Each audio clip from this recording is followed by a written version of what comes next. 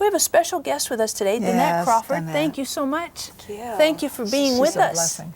You know, we've been talking a little bit about your background and some of the experiences you've been through, and one of the things that you were sharing is how you discovered that your husband was a sex addict, and it was shortly before you delivered your first baby. Yes. And you had to face some pretty significant struggles in overcoming, I mean, some pretty hardcore things.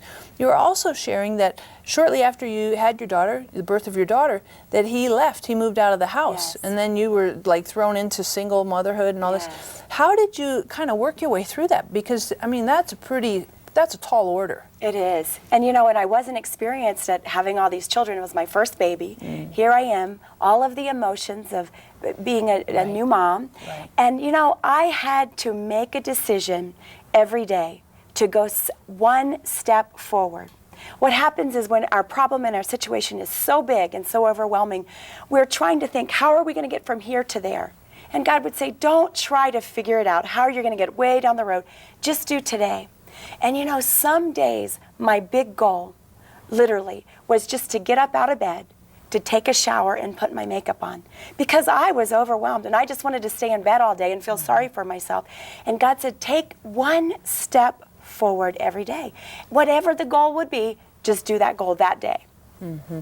So you really could have been in the pit in a pity party. Oh, yeah. Are you in the Oh, pit yeah. with a pity party? Then you need prayer today and get out of that pit. Pity parties are ugly, and nobody likes to come to a pity party. Except the devil. The devil comes, and you're the only one there. But faith parties, they overcome. Yes. And what you started was the process of faith. So call us if you're in a pity party. We want to pray for you. Get on our website. Oh, yeah. I mean, I had my invitations to my pity party written out, stamped, and ready to be mailed. And God said, Danette, you can be a whiner or you can be a winner. And he would say these things to me, and those were the things that I would hold on to. And he said, whiners, they always talk about what they're going through, but winners talk about where they're going to. And he said, the call of God on your life hasn't changed just because your circumstances change. Our circumstances, they can change at a drop of a hat, but God never changes, and his word never changes. So he said, you've got to get up out of your mess and go do what I've called you to do. Well, that's easy to say, but it's harder to do. But you do it one step at a time. And so here I was every day, like, you know, they used to have these diaper genies. I don't know if you've ever had a diaper genie. Well, you know, I was sitting there trying to figure out my diaper genie. You need a degree to figure out all these baby things. And I was tired because I was up all night and crying baby, and I was emotional. My husband left. And I can remember setting that diaper genie in the middle of the floor and just crying. And God said to me, she's not always going to be this young, and you're not always going to be this broke. And he would give me words that were hope. And he would show me glimpses of my future. And when you're in the pit, that's what you need. Because if you're going to sit there and you're going to have a pity party, you're focusing on all of your circumstances. See, whiners like to hang out with whiners. I refused to go to the life groups with all the single moms that were sitting around feeling sorry for themselves, talking about how bad their husbands were and how bad they had it. I said, that's not the place for me. I wanted to hang out with winners, people that had faith, people that were going forward. Because you know what? Your real friends aren't the ones that feel sorry for you and come to your pity party. No, no, no, no. Your real friends are the ones that says, come on, you can do it. God is greater. I'm praying for you, speaking faith. Those are your friends. Those are the people you want to hang out with.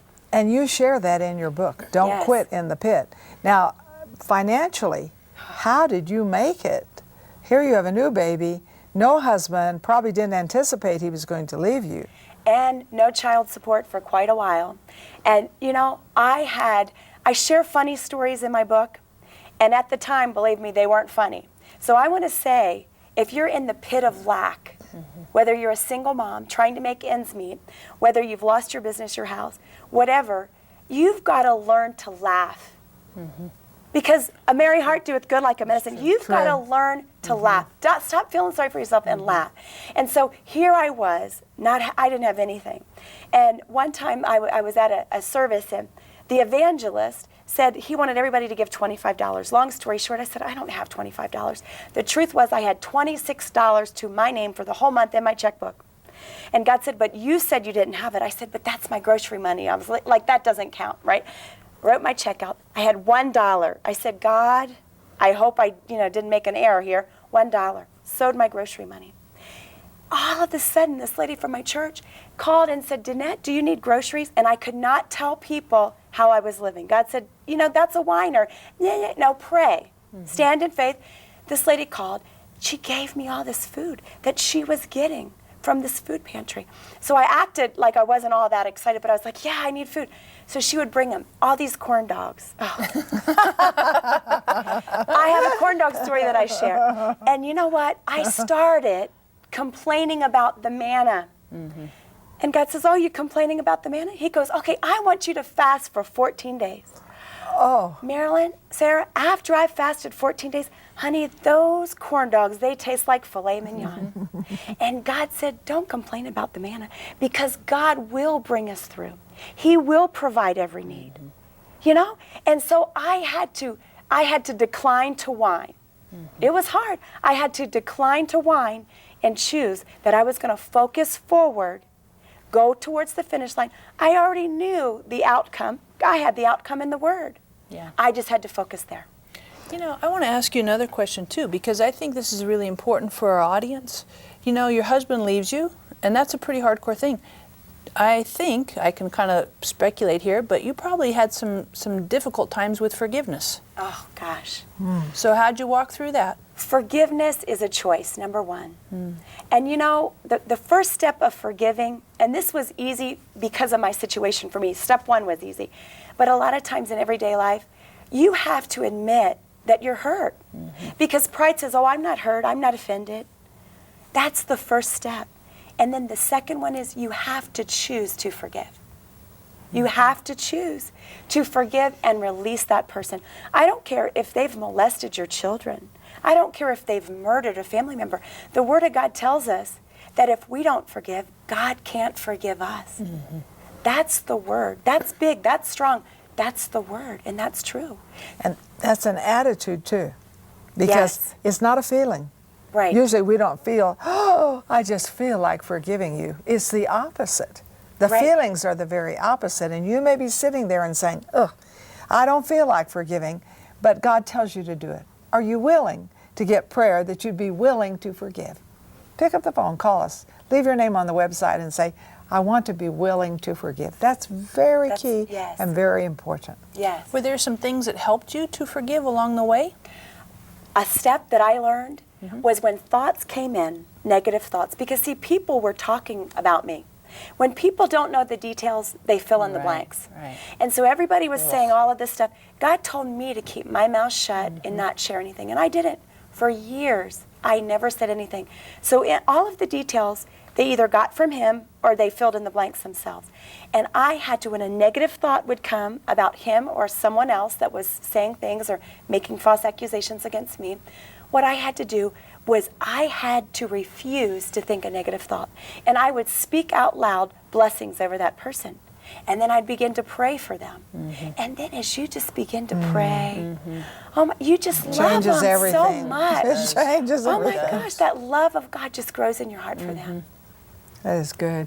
So some of the things that helped you is, number one, to speak blessing over them. Yes. You see that in Joseph's life. Yes. Joseph in the end of Genesis, he could have ripped up his brothers, but he blessed them. You also prayed for them. And praying for people who you're struggling with forgiving is really important. Yes. Really important. Other keys that you would suggest? Well, Joseph, he was in the pit, and the pit looked like a dead end. It was actually a direct route to the palace, because your reaction determines your destiny. And so I really learned that my reaction, and one of my reactions has to be forgiving, to forgive. So you pray, and then you do everything you can to reconcile. Everything that you can. I did everything that I could to reconcile with all of those people. And it wasn't, I say all those people. The enemy wants you to think at the time it's all those people. No, it's just a handful of people. Everybody, no, not everybody. Just these few people that really hurt you deep. And you decide to reconcile. That's kind of tricky. And you know what? The best that you can. People, they didn't want to reconcile. Right. But in my heart, I was reconciled with the Lord, everything right, and then I had to choose to forgive. And you can tell if you forgive, because when somebody mentions that person's name or you see them, if on the inside you go, you haven't forgiven. Right. But when you see them and you just love and have compassion, you know. Yeah, that's really good, really good. And so you may be watching today and maybe you've struggled with forgiveness, or maybe you are struggling now with forgiveness. People in your life who have hurt you. Some people, you know, we get kind of superficial hurts, and some hurts that we have are really deep, and it's hard for us. If you're struggling with forgiveness, we want to pray for you that God would help you to overcome that hurdle. So get on the phone or get on our website, but know this, that God can help you to be forgiving. And so I encourage you, get on the phone right now, pick up the phone and just do it real fast, or get on the website. And God is going to help you. And we're going to come back in just a little minute, and Danette's going to be praying for you, helping you to really get some more breakthroughs on some of these pit areas. And God has some supernatural answers.